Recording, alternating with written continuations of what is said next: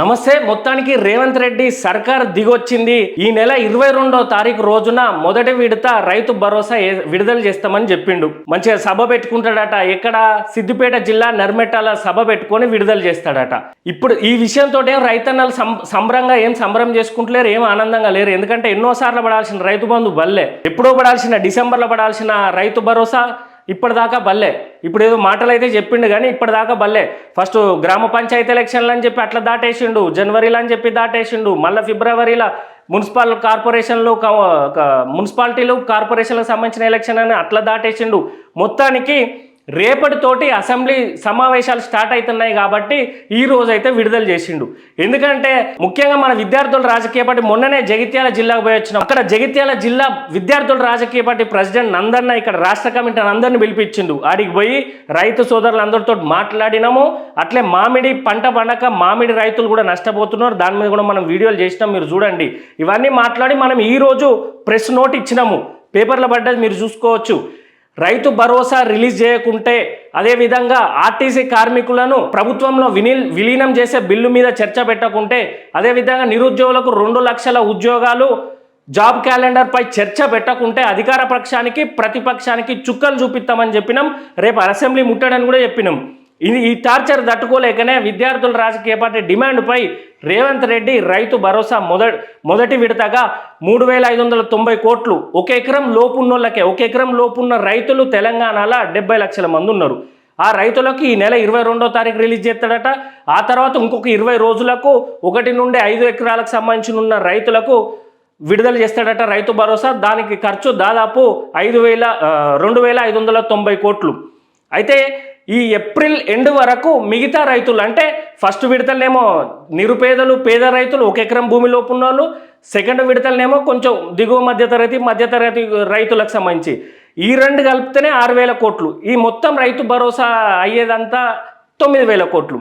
ఈ 3వ విడత ఉన్నది కదా, డబ్బు ఉన్నోళ్ళకి 10 ఎకరాల కన్నా ఎక్కువ ఉన్నోళ్ళు వాళ్ళందరికీ 3,000 కోట్లు, దాదాపుగా 3,000 కోట్లు వాళ్ళకే పోతాయి. డబ్బు ఉన్నోళ్ళకి పోతే ఏం ఉపయోగం? మనోడు బాగా చెప్పిండు కదా, 5 ఎకరాల మించి అట్లా ఇట్లా అని రకరకాలు చెప్పిండు. అటు మార్చిండు, ఇటు మార్చిండు, కౌలుదారునికి అన్నాడు, రకరకాలు అన్నాడు. మొత్తానికి రేపటి నుండి అసెంబ్లీ ఉన్నదని చెప్పి మళ్ళీ ప్రతిపక్షాలు వచ్చి ముట్టడిస్తే మళ్ళీ విద్యార్థుల రాజకీయ పార్టీ గట్టిగా ఖండిస్తుందని చెప్పి వాళ్ళనైతే ప్రెస్ నోట్ రిలీజ్ చేసిండు. అది ఇస్తాడా ఇయ్యపోతే ఏ విధంగా చేద్దామని మనం చూసుకుందాం. కానీ ఇన్నిసార్లు పెండింగ్ పెట్టిన దానికి కూడా 22వ తారీఖు అంటే అప్పటికి అసెంబ్లీ సగం అయిపోతుంది కదా. అప్పుడు సిద్దిపేట జిల్లాల సభ పెట్టి, సిద్దిపేట జిల్లా నర్మెట్టాల సభ పెట్టి మొదటి విడత రిలీజ్ చేస్తాడట. ఆ తర్వాత 2వ విడత ఎప్పుడు రిలీజ్ అవుతుందో 20 రోజులు అన్న డేట్ లేదు, ఏం లేదు. ఆ తర్వాత 3వ విడత.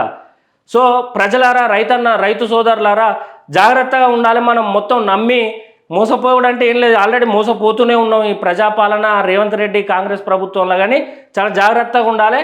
మనకిచ్చే డబ్బులు ఇవ్వకుండా, నాకు తెలిసి కొన్ని ఆరోపణలు ఉన్నాయి. ఏంటంటే కేరళ రాష్ట్రంలో ఎలక్షన్లు ఉన్నాయి, ఆ నోటిఫికేషన్ కూడా ఇవాళనే రిలీజ్ అయింది. దానికోసం మాత్రమే ఈ రైతు బంధు లేట్ చేసిండు. అక్కడ పోయే ఖర్చు డబ్బులు సదరడం కోసం, అక్కడ దాదాపు 1000 కోట్లు సదరడం కోసం మన అన్ని పోస్ట్ పోన్ చేసిండని మనకున్న సమాచారం. ఇకపోతే రేవంత్ రెడ్డికి మళ్ళీ డిమాండ్ చేస్తున్నాం, గట్టిగా డిమాండ్ చేస్తున్నాం. ఏదో అసెంబ్లీ సమావేశాలనే రిలీజ్ చేస్తా అని చెప్పి మీరు ప్రెస్ నోట్ ఇచ్చిళ్ళు. అట్లా కాకుండా 22వ తారీఖు అన్న మాట నిలబెట్టుకోవాలి. ఇంకొక వారం 10 రోజులలోనే 2వ విడత విడుదల చేయాలని విద్యార్థుల రాజకీయ పార్టీ డిమాండ్ చేస్తుంది.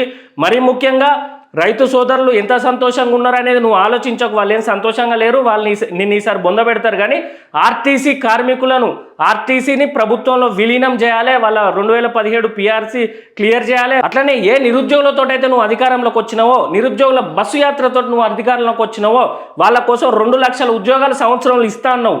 సిగ్గు శరం లేకుండా ఇన్ని రోజులు వాళ్ళకి ఇబ్బంది పెడతాను.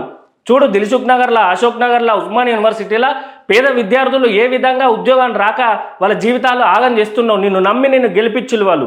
కాబట్టి తక్షణమే వాళ్ళకు ఉద్యోగాలు రిలీజ్ చేయాలి, నోటిఫికేషన్ రిలీజ్ చేయాలి.